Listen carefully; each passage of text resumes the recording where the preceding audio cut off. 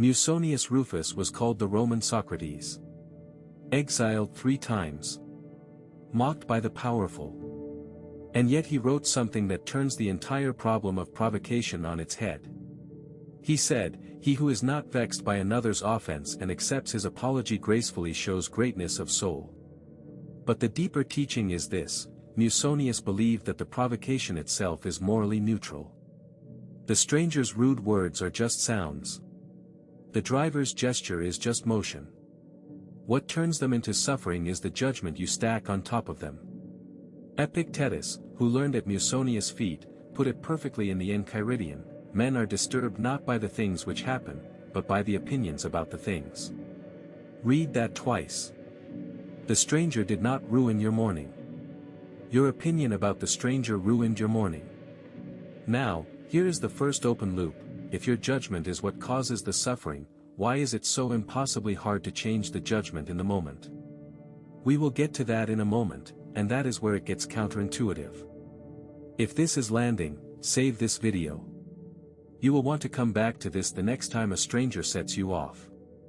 But the next part is where most people get this completely wrong. Musonius lived in a Rome that was loud, crowded, and brutal. Senators were poisoned. Slaves were beaten in the streets. Strangers provoked you constantly, at the baths, in the markets, on the narrow stone roads. And Musonius taught his students a strange exercise. He told them to seek out hardship deliberately. To take cold baths in winter. To eat plain food. To wear thin clothing. Why? Because he said the body and the mind that have never been provoked have no shield. Here is the story that frames everything. Musonius was once exiled by Nero to the rocky island of Gyros, a place so barren that other exiles begged to be killed instead. And on that island, when a fellow prisoner cursed him for his teaching, Musonius reportedly thanked the man. Thanked him. Because the curse was a chance to practice exactly what he had been teaching for 40 years. The teacher Marcus Aurelius would later echo in his Meditations: "Begin the morning by saying to thyself, I shall meet with the busybody, the ungrateful, the arrogant, the deceitful, the envious, the unsocial." Marcus did not write that to complain. He wrote it as preparation. He was building the shield every morning before he left his chamber. The Stoics did not avoid provocation. They walked toward it the way a blacksmith walks toward fire, because that is where the metal is tempered. But the modern world does the opposite. We try to engineer our days so no stranger ever provokes us. We curate, we filter, we mute. And then a single rude cashier ruins us, because the shield was never built. That is what nobody tells you about Stoic peace: it is not the absence of provocation. It is the presence of preparation. Now, the Stoic shield. Musonius did not name it that, but his method is unmistakable.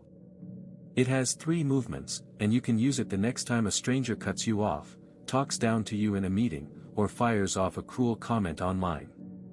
First, name the provocation as external. Out loud if you can. A man's voice. Words. Air. That is all that has actually happened. The insult does not enter you. It stops at your ear unless your judgment opens the door. Marcus wrote, "If thou art pained by any external thing, it is not this thing that disturbs thee, but thy own judgment about it.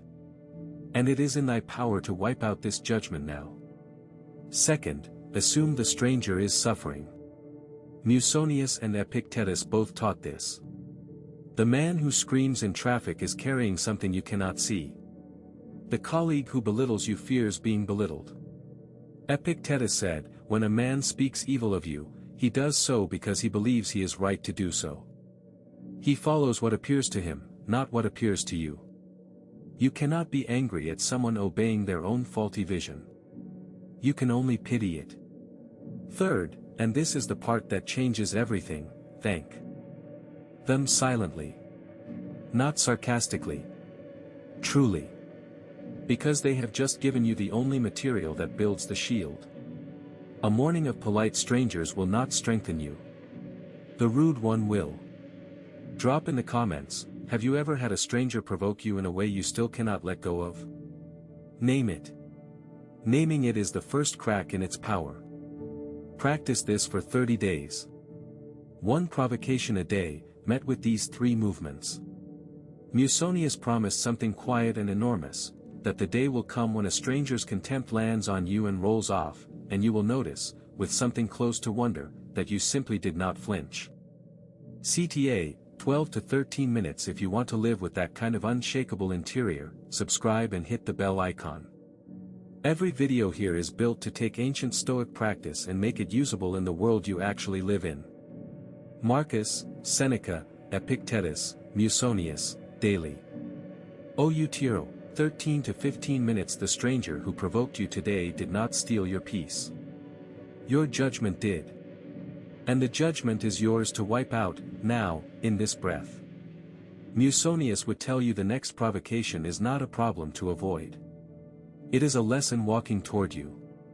Meet it. If this hit, my video on Epictetus and the art of not reacting will make even more sense now, because Epictetus took Musonius' shield and turned it into a way of life.